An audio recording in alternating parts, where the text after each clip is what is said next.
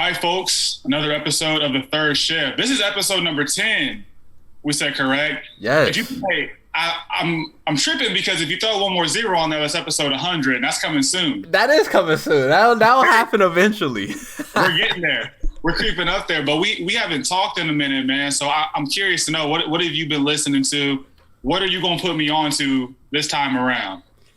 I have been listening to you. This probably isn't really putting you on, but I've been listening to a lot of Vince Staples lately, especially his Summertime album. And it was crazy because he just dropped his single and all of that. And it was just crazy because I'm like, I haven't listened to Vince Staples in a minute. Really? Yes. And I was like, let me go back to his catalog and let me go back and listen to everything. Because I used to be one of those people that was like, oh, you ain't listen to Vince Staples? Like, you don't know who Vince Staples is? Like, I used to be one of those people. But now where he's at in music, I feel like this next album he about to drop, it's gonna be nice. It's gonna be so nice. You said you think it might be his best one. It'll be his best one because, for one, just by the way he moving on Twitter, he's just way more X-rated. Like, he just don't he's not holding his tongue compared to when he first got into the industry. So with that, adding to, he's working with, I think, Kenny Beats on this one.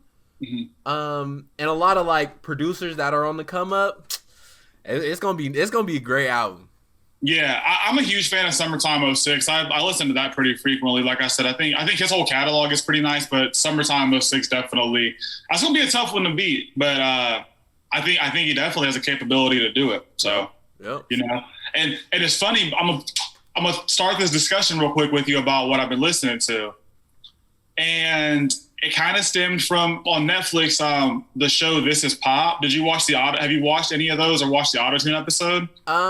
Yes and no. I've seen a lot of clips of it on social media though. So with the T-Pain clip probably being like the most popular. Okay, so bro, when I was watching that, I did not know that Auto-Tune or just like ways of changing vocals and music was around for as long as it was. Like, I thought T-Pain was like the start of it. And I guess he was really the start of it, like with hip hop. And they kind of go into guys like when Kanye starts doing it, stuff like that. But going back to like old music before, like it's not even like rap music, and you just hear the way Auto-Tune is, like it's kind of crazy to hear in a different genre other than rap. Yes. Are you saying like basically as far as like vocal manipulation and stuff like that? Yeah. No, I mean, just like they said, like pop was like, I feel like has always used it. Like, it was very normal throughout pop. So yeah, like you said, to hear it in rap and hip hop and dudes like the Lil Babies, the Uzis, like the Futures, like all of them are using some type of like stuff you can only use in a studio. Like none of that stuff is their voice. So I agree, man.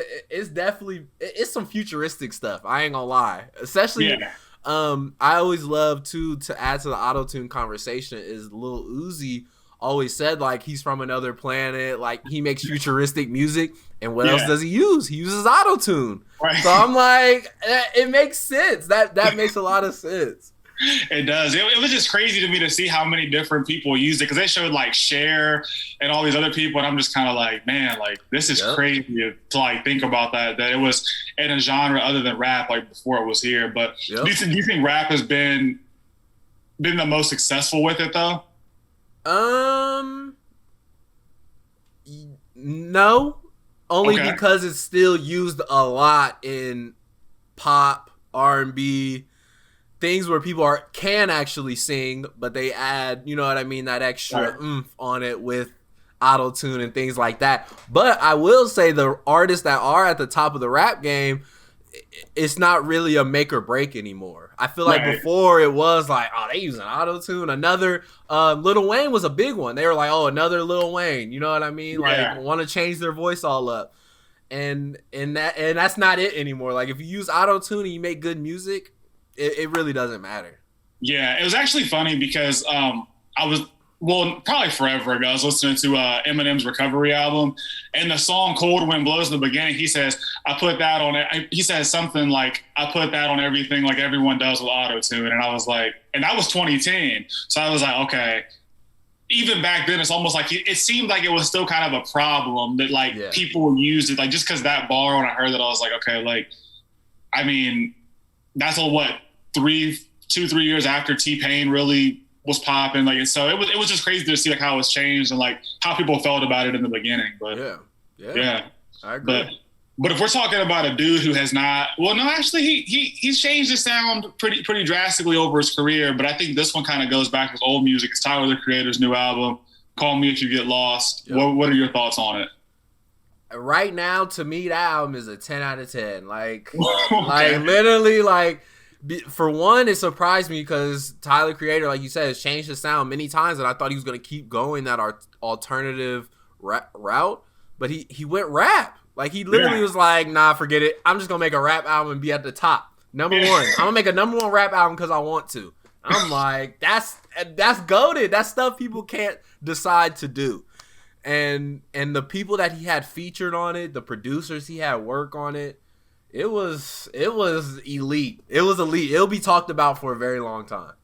It was for sure elite. It was one of those things for me where when I listened to it the first time through, and they don't list who's featured, and you just hear somebody hop on. Like, those are my favorite type of albums. I remember even listening to like Astro World the first time through. Like, they didn't list the features, and I was like, Drake has this intro on like Sicko Mode. Like, what is this? And I kind of felt the same about that. Like, you know, when you hear 42 Doug, you hear Lil Wayne on Tyler's new album. I was like, so I mean, the features, and I think even, you know, you see guys like Lil Wayne. I mean, you see Tyler's not just one of these guys anymore who just is like taking a backseat in rap music. I mean, he's getting like big time features, man. But he's been doing that for a minute though. Because I mean, because Wayne and Kanye were on Cherry Bomb, so it's kind of like, you know, so yeah, it's good. It's good to see him kind of getting some recognition for his career. Yep. So top rap albums.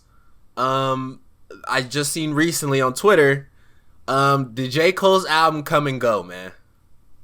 Yeah, I think it did. Every person I asked this to, same exact answer. They said, I think it did. Low key. I think we were so ready for either Drake, J. Cole, or Kendrick to drop an album, and whoever dropped it first was going to be the one we'd be on. Like, now I will be real. I don't think that would be the same for Drake. I think if Drake dropped an album, I think he's a little different. But between Kendrick and Cole, I think it was like whoever drops first, that's it. So yeah, and I felt like J. Cole's kind of did come and go. I will say one of J. Cole's weaknesses that have been not really a weakness, but you can tell he's less on Drake and Kendrick at visuals. I feel like J. Cole never has good visuals. I don't know what it is or the people who's on his team, but the visuals aren't memorable at all. I feel like Kendrick and Drake both make very memorable visuals. And if J. Cole wants to go like the low budget route, all of that stuff, okay, that's cool. But there's still ways to make those type of things memorable. And I feel like that's where he lacks. And that, adding that to all the music that's dropped, to, like you said, the hype dying down. Yeah. Man, I feel bad. Well, it's even like Tyler's music videos. Tyler had great visuals, the couple of videos he's already dropped, and he had the performance at the BET Awards, which the performance was great. So, I mean, like, and J. Cole hasn't had any of those. Nothing. So it's like... But he does have his tour coming up, which will help, because I will say he used the hype to sell out his shows. He did. If he would have waited another, like, 2-3 months, the shows probably wouldn't have been sold out. But he was smart for that. He was. Yeah. I'm not as high on the album anymore. I still listen to a couple of tracks off there, but it kind of came and went for me. Yeah. Nope. Personally. So, we was texting a lot about this. Verzuz. I love Verzuz, first of all. Verzuz, I think, is a very good idea. They just added the live audience, so people are now buying tickets and being able to watch these shows live against superstar performers and artists. One that was probably the best I've seen in a while was Soulja Boy and Bow Wow. Two almost legendary in their own rights of being young hip-hop artists in the game. Right. And Soulja Boy's riding the wave of he's the first to do everything. And he was saying that all throughout the show. But Bow Wow kept it strong by saying, "Hey, you were the first to do a lot of stuff, but I got hits. I have songs that have done numbers on numbers, man." So what was your thoughts on the Verzuz past all of that? So I think for this one, I liked it because there kind of was that entertainment aspect to it too. It wasn't just like, it wasn't just straight like your song, your song, your song, your song. They even had other artists come out there too. I thought that was honestly pretty cool. New. But, that was new. Something I don't think a lot of other Verzuz did.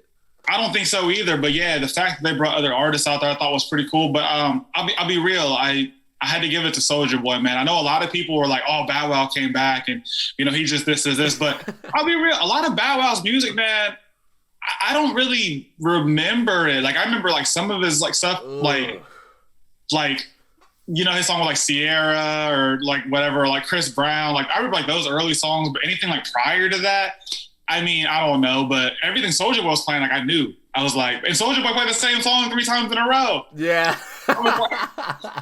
It's like, what?